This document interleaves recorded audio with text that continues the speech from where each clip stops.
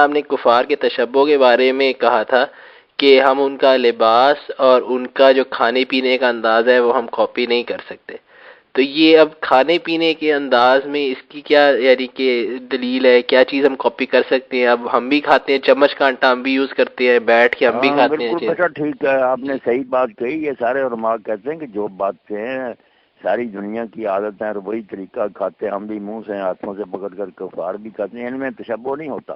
جی یہ ہے مشابہت کہ ہماری اور ان کی بات ملتی ہے۔ تشبہ جو ہے نا، یہ عربی زبان کا جو ہے نا باب ہے، تفاول، اس میں تکلف پایا جاتا ہے کہ جو ہم کوشش کر کے ان کی نقل کریں، عام نہیں قدرتی طریقہ کہ سارے پاؤں سے چلتے ہیں وہ بھی چلتے ہیں، نہیں، ہم کوشش کر کے پسند کر کے ان کے طریقہ کو، اور طریقے وہ جو ان کی خاص علامت سمجھے جاتے ہوں۔ اگر پینٹ وہ بھی پہنتے، اب ہم بھی سارے پہننے لگے، کسی کو شبہ نہیں ہوتا کہ یہ کافر ہے، پھر تشبہ ختم ہے۔ جیسے شلوار تھے نا، ایرانیوں کا لباس تھا، آخر عمر میں حضور نے دیکھا تو پسند کیا، ہم سارے مسلمان بھی پہنے لگے، تشبہ نہیں۔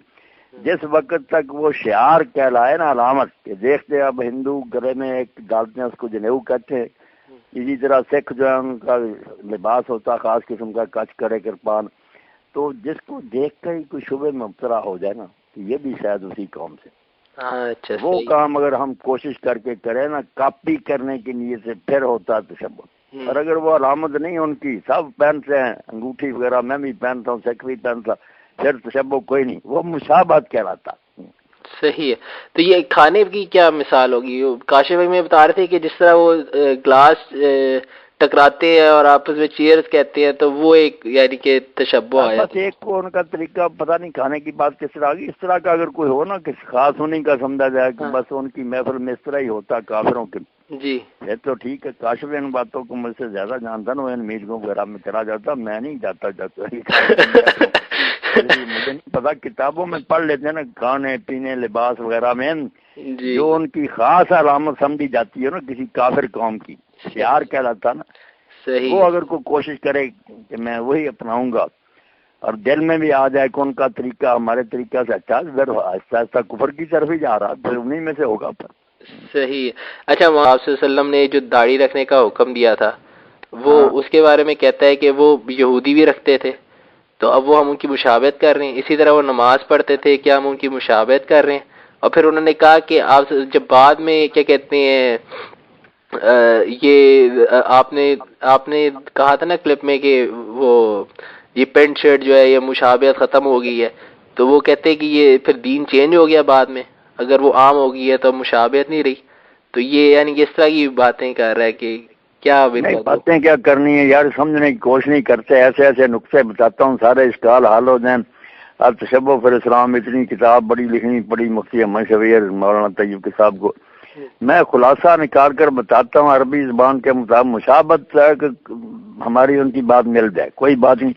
تشبہ ہے کہ ان کی ایک خاص علامت ہے اور ہم ذہنی طور پر مرتد ہو گئے، ان کی باتوں کو اچھا سمجھنے لگے، ہم نے کوشش کر کے ان کی بات کو اپنایا کہ ہماری بجائے ان کا کلچر زیادہ صحیح ہے، باب تفاول ہے۔ یہ ہے بات۔ جو داڑھی ہے نا، یہودی صرف نہیں رکھتے تھے، عرب کے مشرکین بھی رکھتے تھے، سب رکھتے تھے، مجوسی منڈواتے تھے، اس لیے رسول اللہ نے جو رکھی نا وہ کوئی یہودیوں سے نہیں سیکھی، نہ ان کا تشبہ تھا، عرب لوگ بھی رکھتے تھے، مجوسی کافر نہیں رکھتے تھے، اس لیے آپ نے کہا ان کی مانند نہ بنو، مونچھیں بڑی بڑی رکھی ہوئی ہیں، داڑیاں منڈواتے ہیں، تم ان کی مخالفت کرو۔ یہود اگر ایک نیک کام کر رہے تھے موسیٰ علیہ السلام کی شریعت کے مطابق، یا اسماعیلی لوگ کر رہے تھے، وہ ان کا کیا کلچر تھا، وہ تو شریعتوں کا حصہ تھا، بچا کچا۔ اچھا تو اس میں کیا تشبہ تھا کہ ان کی بات کو ہم نے پسند کر کے ان کا اپنایا؟ نہیں، اسماعیلی اور سارے انبیاء کی جو سنن تھی اس میں داڑھی آ رہی تھی، اچھا، اور یہ کوئی مونچھیں جو یہودیوں سے چھوٹی نہیں لیا آپ نے۔ جو مونچھیں کترانے والی حدیث شریف ہے، وہ ہاں اس میں کیا تھا؟ وہ نہیں تھا عیسائیوں کی مخالفت میں؟ نہیں، بالکل ٹھیک ہے کہ مونچھیں جو چھوٹی کرو، داڑیاں بڑھاؤ، خالف المجوس، مجوسیوں کی مخالفت کرو۔ وہ شاہ ایران کے جو بھی نمائندے آئے تھے حضور کو گرفتار کرنے کے، کس نے جرأت کی ہے شاہ اعظم کو؟ ان کی بڑی بڑی مونچھیں تھی، داڑھی، آپ نے کہا کس نے حکم دیا؟ وہ کہہ رہے ہمارے رب نے، ہمارے کسرا نے۔ تو آپ نے فرمایا میرے رب نے تو اس کے اوٹ حکم دیا کہ مونچھیں جو ہے نا اس کو گھٹاؤ اور داڑیاں بڑھاؤ۔ انبیاء کی امتیں جو نا، اگر ان میں کچھ باتیں مشترک ہیں، وہ تشبہ نہیں کہ ہم نے ان کی اپنائی ہے، وہ بھی نبی کے حکم پر ہم اچھا کوئی خاص علامت ہو نا جو سمجھی ہوں، جیسے ہندوؤں کے سر پر بودھی ہوتی، سارا سر مڑا دیتے ہیں، تھوڑے سے باہر رکھتے ہیں، وہ ہم کہیں کہ ہندوؤں کا یہ طریقہ بہت صحیح ہے، اس وجہ سے اس کو اختیار کریں تو پھر تشبہ ہی ہو جائے گا، وہ مشابہت نہیں رہے گی، تشبہ کہ ہم نے قصدن ان کے طریقے کو پسند کر کے اپنایا۔ تو نہیں، جو روزے کی پھر وہ آتی ہے 9 اور 10 محرم کی، اس کا کیا کریں گے؟ یہ بھی دیکھیں نا، میرے ساتھ جو مناظرہ ہوا شکاگو کے ایک شیعہ دوست کا، وہ گجرات کاٹھیا وار کا، وہاں رہ رہا، اس نے 4 صفحے انگریزی میں بھیجے تھے جو میاں طاہر نے مجھے دیے، تو پھر ان سے طے ہوا جمعرات والے دن مغرب کے بعد بحث ہوئی، وہ بھی ادھر بیٹھے فون پر، میں بھی، انہوں نے مانا اور میرے لیے دعائیں کی کہ اللہ کے بندے سب اشکال دور ہو گئے۔ اس نے 2 سوال کیے تھے کہ تمہاری حدیثیں جو نا اہل سنت کی، وہ بتاتی ہیں کہ حضور سارا دین یہودیوں سے سیکھتے تھے، وہ اس کے لیے ایک معراج کا واقعہ بیان کیا کہ 50 نمازیں تھیں، موسیٰ علیہ السلام نے مشورہ دیا، وہ کہتے ہیں موسیٰ علیہ السلام نے ہی مشورہ دیا ورنہ حضور تو نعوذ باللہ لے ہی آئے تھے 50۔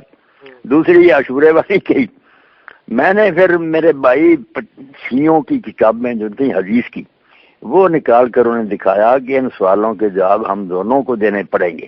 بالکل شیعہ کتابوں میں معراج میں یہی ہے کہ 50 ہوئی، زیادہ تر شیعہ یہی کہتے ہیں کہ یہ سنیوں کی باتیں، انہیں نہیں پتا کہ ہمارے دفتر یہی بڑھے ہوئے اور اجماع ہے اس پر کہ ایسا ہی ہوا تھا۔ دوسرا جو عاشورے کا روزہ، میں نے کہا عاشورے کا روزہ تو رسول اللہ مکہ میں رکھتے تھے، یہودیوں سے نہیں سیکھا تھا، یہودیوں کو آ کر دیکھا تو ایک مزید وجہ معلوم ہو گئی کہ یہ موسیٰ علیہ السلام کی سنت ہے، تو آپ نے فرمایا ٹھیک ہے ہم بھی ان کے ماننے والے ہیں، مگر وہاں مکہ میں آپ حدیث پڑھ لیں بخاری، وہاں ہی حضور رکھتے تھے، وہاں قریش رکھتے تھے، اور اس دن عاشورے والے دن وہ بیت اللہ کا طواف بدلتے تھے۔ قدیم سے ان میں یہ چیز آ رہی تھی، عاشورے کا احترام، بیت اللہ شریف کا قصوہ جو تھا تبدیل ہوتا تھا، اچھا اس لیے یہودیوں سے نہیں رہی، یہودی بھی ساتھ مل گیا اس نیک کام میں تو اچھی بات۔ جی نہیں، تو وہ اب فرق کرنے کا جو ہے کہ عبادات میں ہم ان سے فرق کریں، تو کیا اس کی کیا رولنگ ہے؟ نہیں فرق کر دیا پھر آپ نے، جب پتہ چلا لوگوں نے توجہ دلائی کہ یا رسول اللہ آپ بھی رکھتے تھے پہلے، وہ بھی رکھ لیں، تو آپ نے فرمایا انشاءاللہ پھر نومی کا بھی رکھیں گے، ہمارے 2 روزے ہو جائیں گے۔ تو جو مشرکین عرب جو مکہ میں رکھتے تھے تو پھر اس کا کیا کریں گے؟ نہیں اس کا کیا کرنا تھا، وہ اسماعیلی سنت پر اگر چلتے تھے، حضور بھی رکھتے تھے، وہاں تشبہ کیا ہونا تھا؟ یہاں یہودیوں کے تشبہ کی جب بات ہوئی کہ ان کے ساتھ ہم، رسول اللہ تو پہلے تو نبی آنے سے پہلے جو دین ابراہیمی اور اسماعیلی آ رہا تھا، قریش میں بھی بہت بچا کچا تھا، ختنہ کرتے تھے، عقیقے کرتے تھے، ضحیٰ کی نماز پڑھتے تھے، بیت اللہ کے طواف کرتے تھے، یہ تشبہ نہیں کہ ان کی کوئی خاص علامت تھی، سب اسماعیلی ابراہیمی ان چیزوں کو کرتے آتے۔ ٹھیک ہے، تو پوچھے میرے بھائی جو جی چاہتا پوچھے، کوئی بات نہیں، سوال کریں، تشبہ اور مشابہت کو الگ رکھیں، تشبہ بھی سمجھیں جو شعار ہو، ان کا خاص نشان سمجھا جاتا ہے کہ جو کرے وہ فلاں قوم کا، صحیح، سر پر چوٹی ہندو کا نشان ہے، ہم اگر رکھیں گے تو لوگ یہی کہیں گے یہ بھی یار شاید ہندو ہی۔ صحیح، لیکن یعنی کہ عبادات میں اس کا کوئی خاص وہ نہیں ہے، نہیں یعنی کہ عبادات اگر ہماری شریعت میں میر وہ بھی ہمارے ساتھ ہیں تو یہ ہم نے ان سے نہیں لی کہ ان کا طریقہ ہمیں پسند آیا، ہمارے دین نے بتایا۔ صحیح ہے، صحیح ہے، وہ تو شکر ادا کرنا چاہیے کہ وہ بھی ایک نیک بات میں ہمارے ساتھ۔ آپ نے بھی ایک ایگزامپل دی ہے امام ابو حنیفہ کا جو فتویٰ ہے کہ نماز میں قرآن مجید پڑھ کے نہ کھڑے ہوں کیونکہ تشبہ ہو جاتا ہے، تو وہ اس کے بارے میں کیا؟ ہاں نہیں، ہمارے دین میں کوئی نہیں تھا، حضرت عائشہ رضی اللہ عنہا کا غلام اگر ایسا پڑھتا تھا تو کوئی سند نہیں، ابن حزم جیسے ظاہری بھی کہتے ہیں نہیں ایسا نماز میں کیوں کرنا، وہ تو بالکل اب بھی چرچ میں جو کلپٹ ہوتا ہے نا محراب، اس میں کھڑا ہوتا فادر، وہ بائبل ہاتھ میں لیتا، ساری جماعت اس کے پیچھے ہوتی ہے، اس لیے امام ابو حنیفہ نے بالکل ٹھیک کہا کہ اس سے دور ہی رہنا چاہیے، جو ناواقف آدمی ہے وہ دیکھے گا کہ شاید گر جائیے۔ تو یہ بیسیکلی ایک ریزن ہے، اس کے علاوہ اور بھی ریزن ہے، یعنی مین ریزن یہی ہے کہ ثابت نہیں ہے، نہیں یہ ایڈیشنل ریزن ہے۔ اچھا، آپ نے حضور نے اگر فرمایا ہوتا پھر بشک یہود بھی کرتے رہتے، پھر کوئی بات نہیں۔ تشبہ ہے کہ ہم قصد کر کے ان کا طریقہ اپنائیں، پسند کر کے، کہ غیر مسلم کا جو رویہ نا وہ بہت اعلیٰ ہے، ہاں اتفاقی اگر مل جائے ہماری ان کی بات ہے، ہماری شریعت میں بھی وہ بھی کوئی تشبہ نہیں، ہم نے ان سے نہیں اختیار کیا، نہ ان کی باتوں کو ترجیح دی۔ ٹھیک ہے، چلیں۔